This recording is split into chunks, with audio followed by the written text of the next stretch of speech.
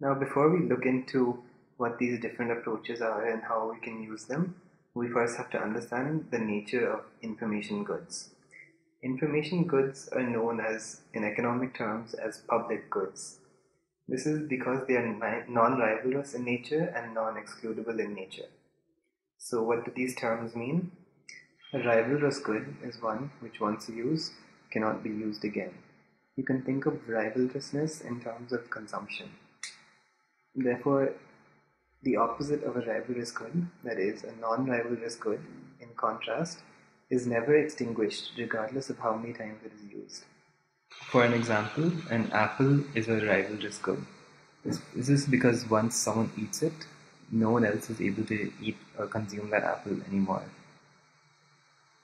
In contrast, information or information goods are usually non-rivalrous. That is, for instance, an information good such as a book, the book can be read by someone and then someone else can read it again.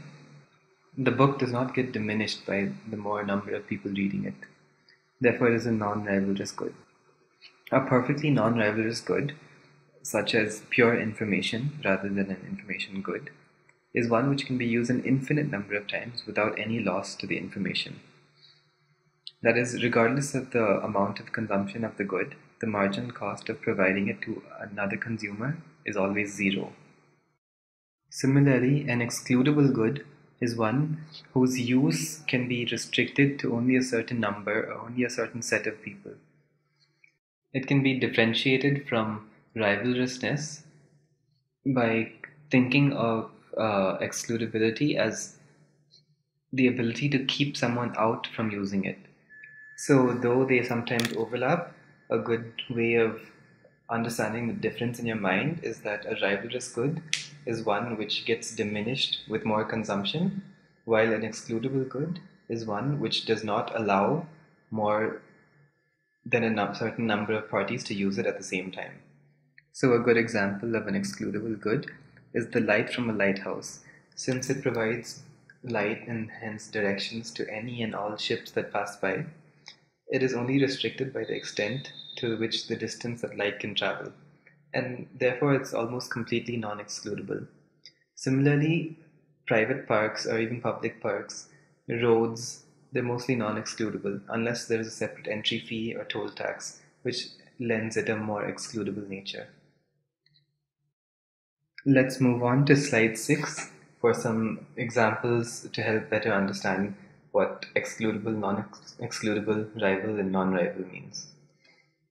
So if a good is both excludable as well as rival, then it has the nature of a private good. Therefore, an apple, as previously explained, and most day-to-day items around you that you see, they tend to be private goods. So clothes, food, flowers, they're excludable as well as rival. They're excludable because only one person can be using it at one time, and they're rival because when someone consumes them once, this reduces the ability for another party to use them again. Of course, clothes can be used secondhand, so in this example, consider clothes as maybe not such a rival good. It may be placed a little wrong in this graph actually. Next, we look to the block to the right, that is when a good is non-excludable but rival. These are known as common goods, also known as common pool resources, since the typical examples of common goods are natural resources. Since it is non-excludable but rival, this means they tend to be overconsumed or abused easily. Since they're non-excludable but still rival, they're very easily overconsumed or even abused. With no excludability, it is in the rational interest of individuals to consume and gather as much of the good for themselves, as the rivalry factor means that there will be less for them if they do not consume it.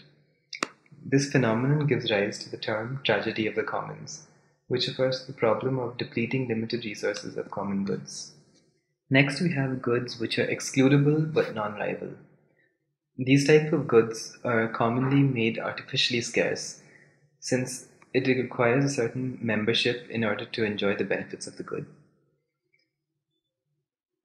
Some examples of these are listed here: cable TVs, private parks, cinemas, etc. A cable TV, for example, it requires a monthly fee but is non-rival after that payment. And then finally, we have public goods. Public goods are goods which are both non-excludable as well as non-rival. Information and knowledge are common examples of public goods.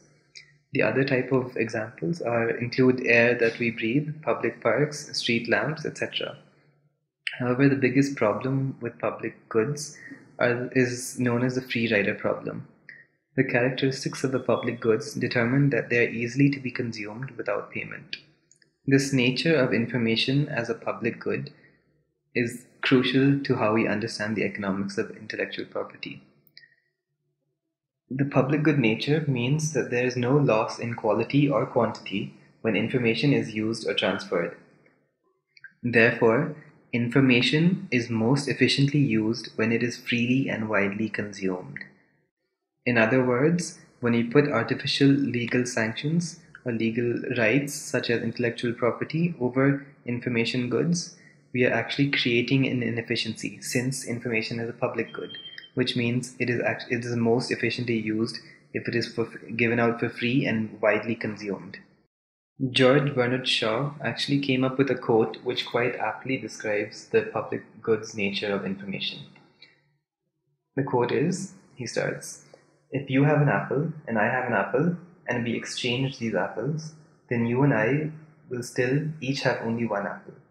But if you have an idea and I have an idea and we exchange these ideas, then each of us has two ideas." Let's move on to slide 7, which discusses the incentive theory.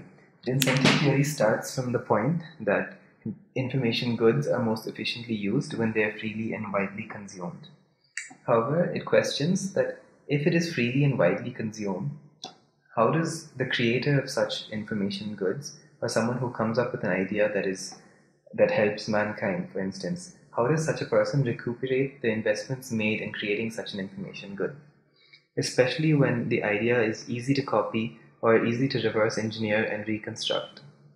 Since the difficult part, that is coming up with the idea or coming up with methods which can implement the idea, has already been put out in the public, anyone else can just copy this and reconstruct it.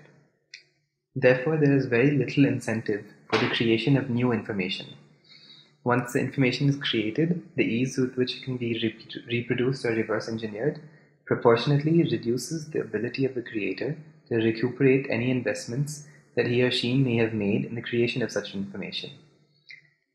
Therefore, in order to create incentives, artificial legal restrictions are implemented. These are intellectual property rights.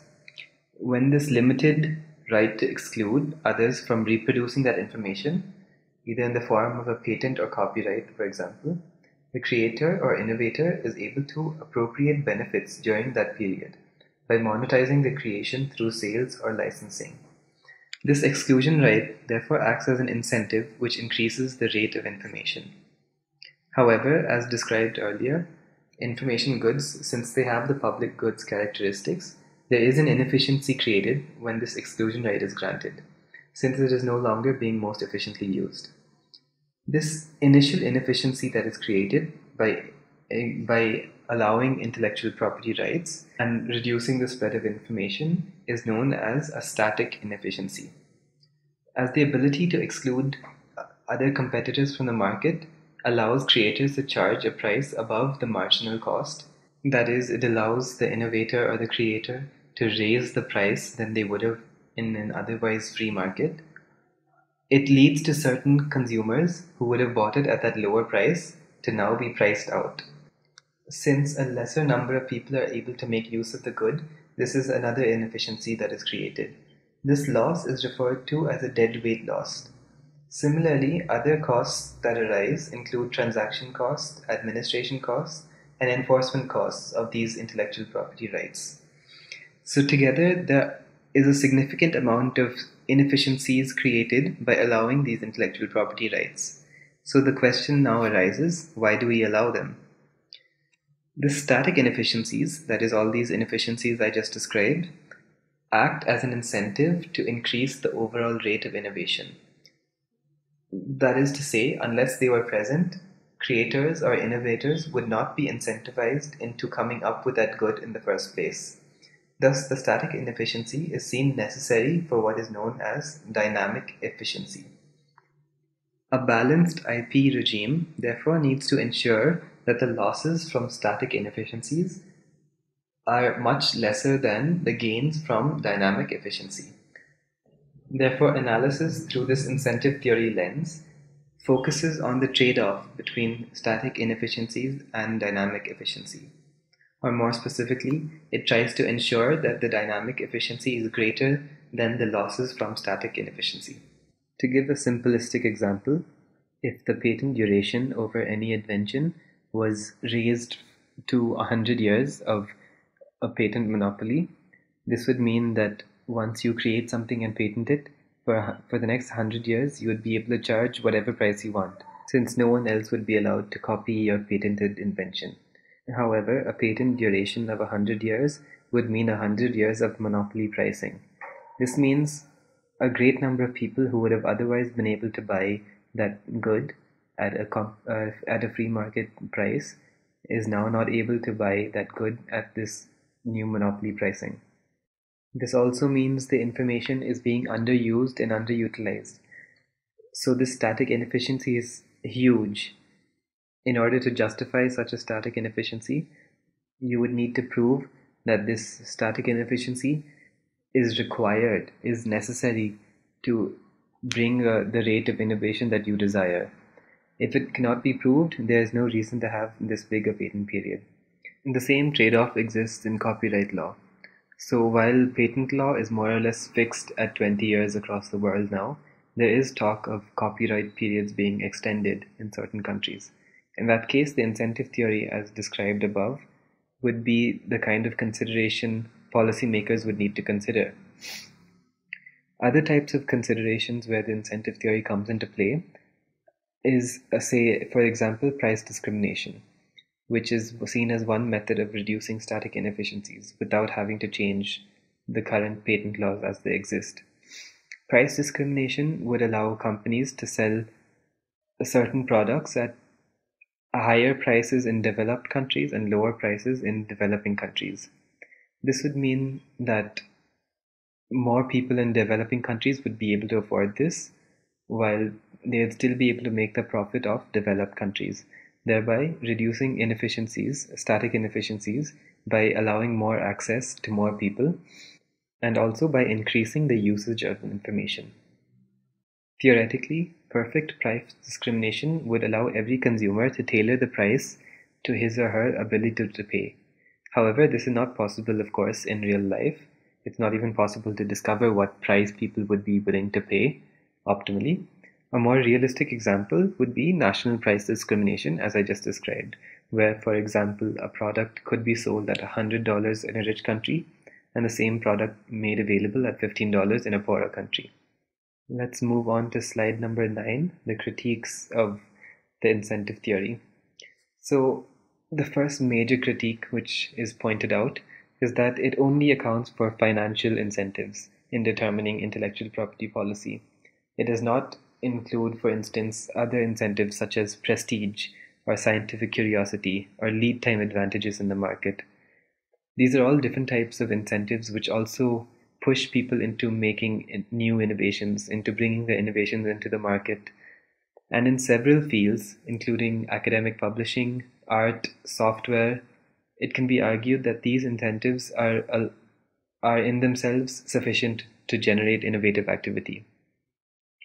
There are, of course, other fields, the most prominent example being pharmaceuticals, where non-financial incentives play little to no role, since there's so much money involved simply in coming up and creating that new good. Therefore, from a policy perspective, it would make sense to look into what kind of incentives actually push innovative activity in those specific areas. Therefore, for example, while software patents exist in many countries, softwares rarely have a lifetime of more than, say, 5 years. Therefore, giving a monopoly period of 20 years of patent protection over a software is unnecessarily generating static inefficiencies without generating any dynamic efficiency. If you look into different sectors of technology, it becomes clear that there are different time periods or different breadths of intellectual property which may be more suitable. However, as it currently stands, because of the WTO TRIPS agreement, minimum periods for copyrights and patents are harmonized across the world. However, the same cost-benefit analysis through the incentive theory can be used to justify or to turn down other methods of either strengthening or weakening the IP system or IP regimes as required. As is obvious from this discussion so far, there's also a need to shift away from harmonization across sectors as well as across nations. This will allow nations to calibrate IP regimes to best suit their own individual growth and goals. And finally, the third related criticism is that this incentive theory does not necessitate taking into account distributional concerns. An example of the type of problem that this could create is, take pharmaceutical patents for example. Such a system would equally incentivize the investment of innovative resources into the creation of hair loss remedies as it would into the investment of, say, heart disease. And if it so happens that buyers for hair loss remedies are more willing to pay and more willing and have more money to spend on hair loss remedies than heart disease patients, then this system would incentivize the allocation of inventive resources more into hair loss remedies than heart disease. This is the distributional concern. So with this, we see that there are three main critiques of the incentive theory.